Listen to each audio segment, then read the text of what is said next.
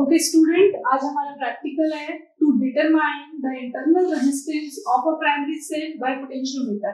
Potentiometer के help से primary cell Leclanche cell का इंटरनल रेजिस्टेंस कैलकुलेट करना है। इंटरनल रेजिस्टेंस मतलब सेल के इलेक्ट्रोलाइट में आयन को अपोज करने के जो फैक्टर होते हैं उसे इंटरनल रेजिस्टेंस बोलते हैं। सो apparatus required apparatus, potentiometer, Lagrange cell, battery eliminator, rheostat, galvanometer, one-way key, etc. Okay, principle. We know that very well by the principle of potentiometer. EMF is directly proportional to balancing length. That means E is equals to KL, where K is the potential gradient of potentiometer. अब आप circuit diagram में देखेंगे जरा, तो यहाँ पे A और B potentiometer के दो टर्मिनल है। ठीक है, इस पोटेंशियोमीटर के दो टर्मिनल पे इस साइड में आपका प्राइमरी सर्किट है और इस साइड में आपका सेकेंडरी सर्किट है।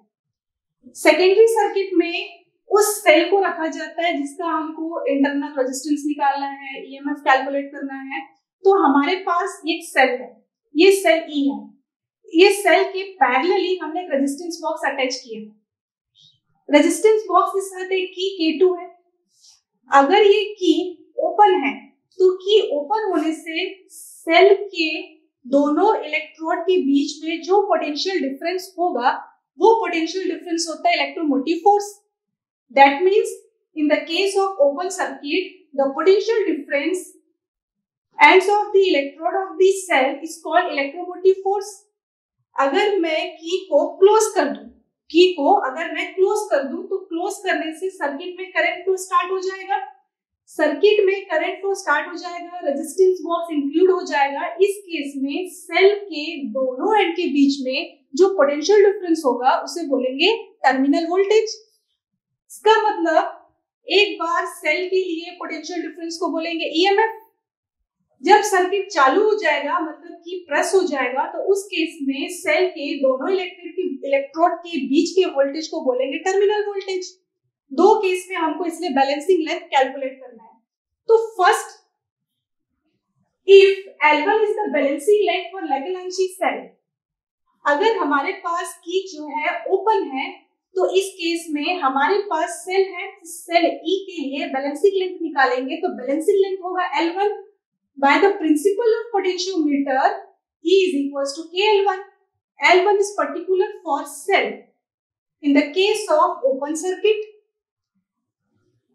when the cell is connected to an external resistance capital R, जब आप की को प्रेस करेंगे तो रेजिस्टेंस बॉक्स सर्किट में इंक्लूड हो जाएगा। उस केस में आपके सेल का terminal voltage V equals to KL2. K is a potential gradient as is one of the potentiometer wire. तो इस तरीके से E is equals to KL1 and V is equals to KL2. We know that by the formula of internal resistance, R is equals to capital R, external resistance, E divided by V minus 1. So E is equals to KL1, E is equals to KL1 by 1, V equals to KL2 by equation 2. So small r is equals to capital R, L1 divided by L2 minus 1. So small r is equals to capital R, L1 minus L2 divided by L2. तो हमको practical में सिर्फ क्या करना है, जब circuit open है उस समय सेल के ईएमएफ के लिए बैलेंसिंग लेंथ L1 कैलकुलेट करना है। That means L1 equals to balancing length in open circuit. Second case में की को प्रेस करना है। की को प्रेस करने पर सेल का जो पोटेंशियल डिफरेंस है वो हो जाता है टर्मिनल वोल्टेज और उस केस में बैलेंसिंग लेंथ चेक करेंगे। That means L2 is equals to balancing length in a close circuit. तो हमारे पास दो वैल्यू कैलकुलेट करने के लिए है during practical, balancing length L1 in a open circuit, balancing length L2 in a close circuit. जब आप ये प्रैक्टिकल परफॉर्म करेंगे तो रेजिस्टेंस बॉक्स से किसी एक की को बाहर करना होता है, वो आपकी रेजिस्टेंस बॉक्स कैपिटल R की वैल्यू होती है। तो हमारे पास required formula internal resistance of the cell का होता है small r equals to capital R, L1 minus L2 divide by L2, capital R external resistance जो कि आप रेजिस्टेंस बॉक्स से बाहर निकालेंगे उसकी वैल्यू होती है L1 और L2। ड्यूरिंग प्रैक्टिकल आपको बैलेंसिंग लेंथ होता है।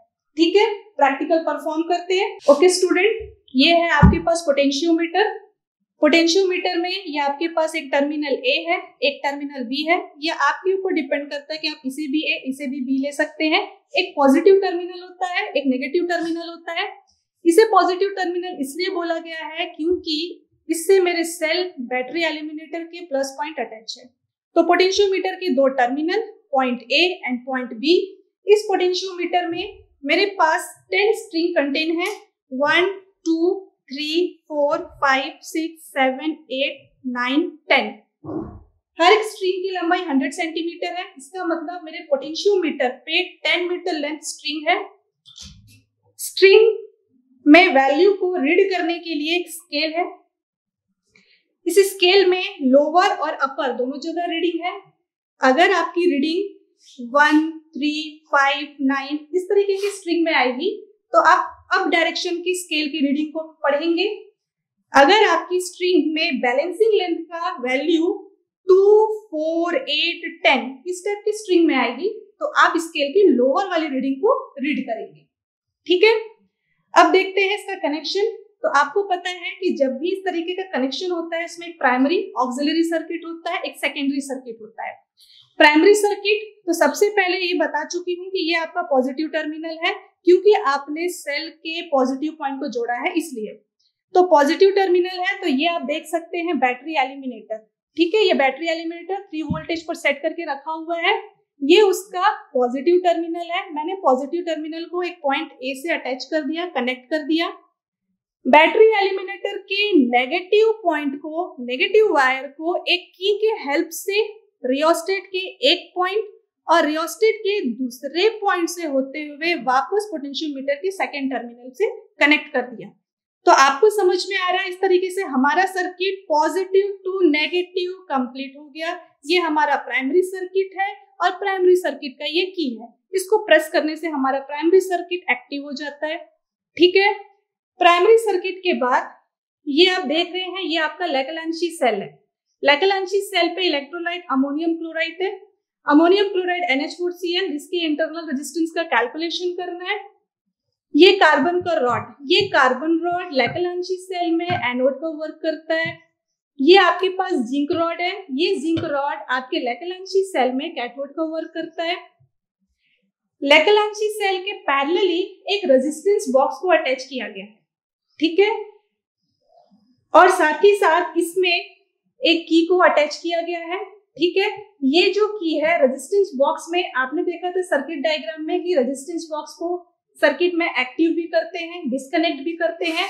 तो इस की से, इसमें की को प्रेस करके, इसमें की को प्रेस करके आप सर्किट को क्लोज कर सकते हैं और की को जैसे आप हटाएंगे तो सर्किट से आप इस रेजिस्टेंस बॉक्स को हटा सकते हैं। और ये रहा आपका डिफ्लेक्शन के लिए गैल्वेनोमीटर। ठीक है, ये आपका गैल्वेनोमीटर है जिसमें आपका डिफ्लेक्शन शो होगा। तो इस तरीके से इस गैल्वेनोमीटर के पॉजिटिव टर्मिनल से, गैल्वेनोमीटर का जो पॉजिटिव टर्मिनल है वो आपकी जॉकी से कनेक्ट है। ठीक है, तो प्रैक्टिकल स्टार्ट करने से पहले आप ये देखेंगे कि आपका कनेक्शन सही है कि नहीं। तो स्टार्ट करते हैं।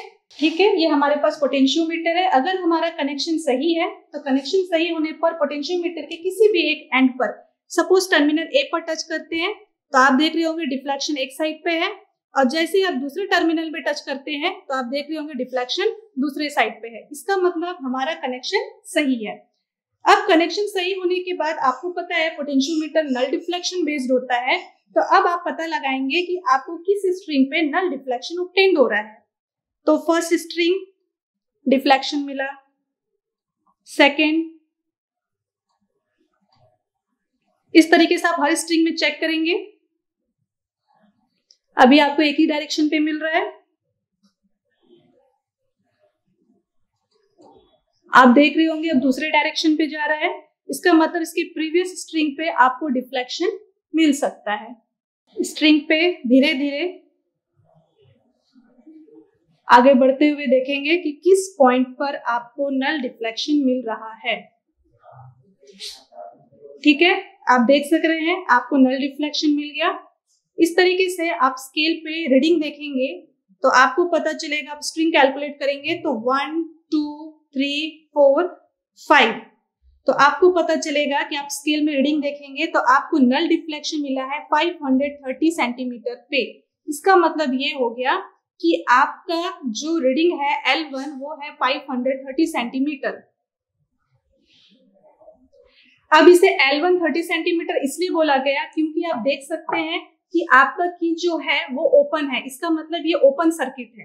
ठीक है, कनेक्शन भी करेक्ट था और ये जो है ये आपका ओपन सर्किट है क्योंकि आपका जो रेजिस्टेंस बॉक्स है आपके सर्किट में इंक्लूड नहीं है। अभी आपके सेल के दोनों इलेक्ट्रोड के बीच में जो पोटेंशियल डिफरेंस है उसे इलेक्ट्रोमोटिव फोर्स बोला गया क्योंकि सर्किट आपका ओपन सर्किट है।